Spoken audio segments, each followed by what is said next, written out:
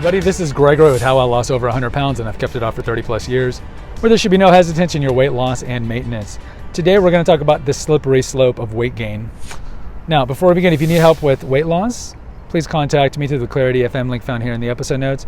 Also check out my books, my podcast, The Awakened Man, my website, 100 Pounds Off for 30 plus years. And if you appreciate my content, there is a link for PayPal. Now, we covered this a little on the episode of should you weigh yourself daily?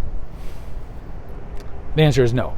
But we do cover that, in that many times, whether it be you're wanting to lose weight or you're in weight maintenance, we don't really know how we look. And many times it takes an event to do that. Because as a whole, I think, especially if you're a man, we're not taking a lot of pictures of ourselves. We're not doing selfies and all these things. So maybe it's an event like somebody's wedding or your wedding or a funeral even, or a barbecue or a reunion where pictures are taken of you, and then you look at them and you're like, because we can delude ourselves into thinking that we look better than we really do. And I think men do this more than women. Women have the opposite. Women have the body dysmorphia. They look in a mirror, the woman could be in good shape, but she thinks she's fatter than she is. With men, it's the opposite. I think men, we look in the mirror and we are actually not as fit as we think we are. And so sometimes it takes an event where you have to take pictures. Because honestly with me, I use the same fat picture of me for the thumbnails for Confessions of an Obese Child and for the introductory video, because that's the only picture I have surviving from the early 90s, late 80s when I was overweight. Overweight people don't like to have pictures taken. And I remember having other pictures of me, like when I would visit my family in Mexico, but those pictures, I don't know where they're at. So this is like the only surviving picture in maybe my high school yearbook, but I don't think I have my high school yearbook. So we men can go months, if not years, of not doing a full body picture. And so when we're getting dressed, pants are tight. Oh, the pants are tight because I've dried them too often and they've shrunk. The shirt's tight because it's cotton and it's shrunk. You don't have people in your life who are telling you you're gaining weight. And of course, they don't want to hurt your feelings, but that's why it's good to have someone in your life who will tell you if you're gaining weight, somebody who's honest but not hurtful.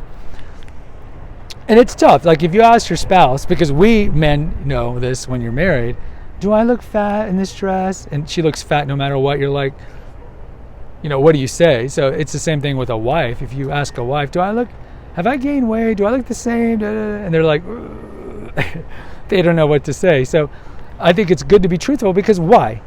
Out of the truth, either a person telling you you've gained weight or you see it in photos, then then the delusion on one level has to stop. You're like, oh, I don't look at that good. Oh, I do have the beer gut. Oh, I have the flappies. Oh, I can see it in my cheeks because I'm drinking too much or whatever. Oh, yeah. And then at that point, you've kind of woken up to what's going on. And then now you can make a choice. There's a bifurcation in the road. I can't deny it. I need to start eating better and working out better, sleeping better, biohacking better. And then that might be the beginning of the monumental weight loss and weight maintenance. Maybe. Or you can just be in denial still and go up the pant size. We have a video here on should you go up the pant size. So I'll put a banner for that if I remember. And then the other way is just, you go in denial. Oh, my clothes are still shrinking. You blink 6 months later, the new pair of pants are tight. Oh, they shrunk too. You blink 6 months later, now you're 6 inches bigger. But you can still be in denial if you're never looking at yourself, or you look at yourself in certain angles, or nobody's telling you. But in the long run, they're just enabling your weight gain, and or you're just in denial. So I've mentioned a couple of times, what's the best indicator of knowing if you're overweight? The BMI is not a good indicator because it can't differentiate between fat and muscle. So I've mentioned you get your height in inches divided in 2, and your waist needs to be less than that. So if you're I'm 72 inches, divide that by 2, that's what, 37? 36? 36? No, I'm 74 inches.